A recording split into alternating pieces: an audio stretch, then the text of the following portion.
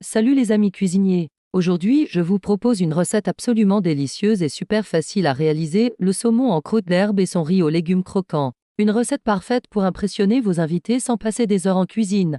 Commençons par les ingrédients dont vous aurez besoin. Pour 4 personnes, prenez 4 beaux pavés de saumon frais, 2 tasses de riz basmati, un bouquet de persil frais, quelques brins de ciboulette, 2 gousses d'ail, 100 g de chapelure, 4 cuillères à soupe d'huile d'olive, une courgette, une carotte et un poivron rouge. Première étape, on va préparer notre croûte d'herbe.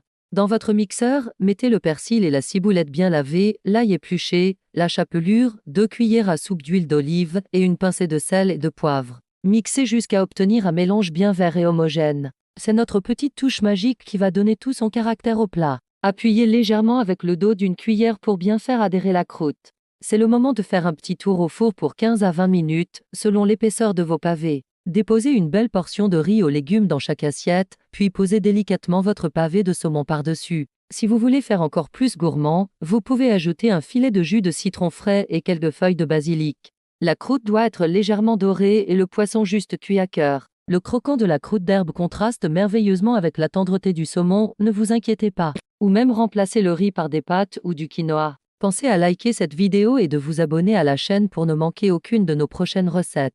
Laissez-moi un commentaire pour me dire ce que vous en pensez ou si vous avez des questions. À très bientôt pour une nouvelle recette. Cette recette est vraiment à la portée de tout. Le plus important est de surveiller la cuisson du saumon, mieux vaut le sortir un peu plus tôt que trop tard. Un saumon trop cuit perd toute sa délicatesse, tandis que le riz aux légumes apporte fraîcheur et légèreté. Pour vérifier, enfoncez délicatement une fourchette dans la partie la plus épaisse, la chair doit se détacher facilement. Assaisonnez avec un peu de sel, de poivre et si vous voulez, ajoutez quelques herbes fraîches ciselées. C'est simple mais terriblement efficace. Pendant ce temps, préchauffez votre four à 180 degrés. Pendant ce temps, coupez vos légumes en petits dés. Dans une poêle, faites-les revenir avec un peu d'huile d'olive pendant de 5 à 7 minutes. On veut qu'ils restent croquants, c'est ce qui fait tout le charme. Placez vos pavés de saumon sur une plaque recouverte de papier cuisson. N'oubliez pas de les sécher délicatement avec du papier absorbant, c'est le secret pour une croûte bien croustillante.